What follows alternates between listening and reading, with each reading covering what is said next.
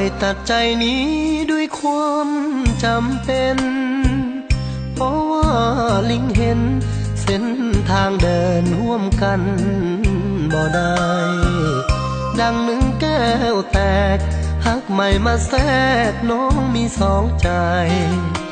บ่อาจจะห่วงห้ามไว้อันแนวหัวใจของคนคืนอยู่ต่อไปยิ่งซ้ำอุราแนงตัดปัญหา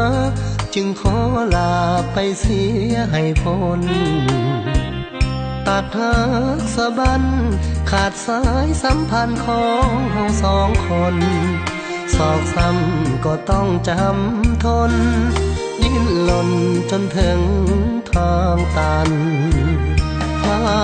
พแห่งความหลังยังฝังใจผู้วันฟื้นคืนสุขที่เฮามีไว้ให้กันแต่ด้วยเหตุใด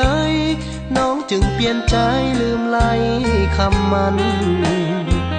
ย้อนสักหายจาง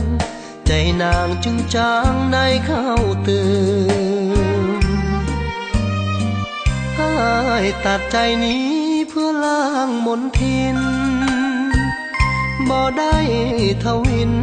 ไฟสูงสักมีหาอีกตื่นหลายปีดีดักสละคนหาไปให้เขายืมแต่แล้วก็ต้องเศร้าซึมอยากลืมจึงตัดใจนี้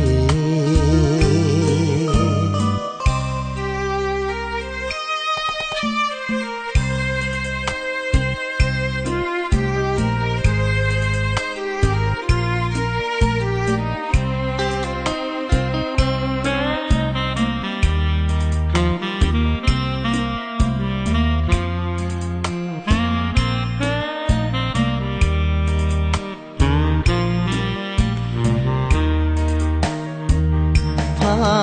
พแห่งความหลังยังฝังใจผู้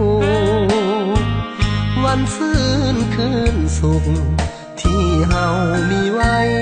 ให้กันแต่ด้วยเหตุใดน้องจึงเปลี่ยนใจลืมไหลคำมันย้อนสักหายจางใจนางจึงจางในเข้าตื่น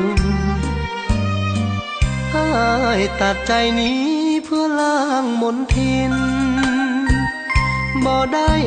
ทวินไฟสูงสักมีหาอีกตื่นหลายปีดีดักสละคนหาไปให้เขายืมแต่แล้วก็ต้องเศร้าซึมอยากลืมจึงตัดใจนี้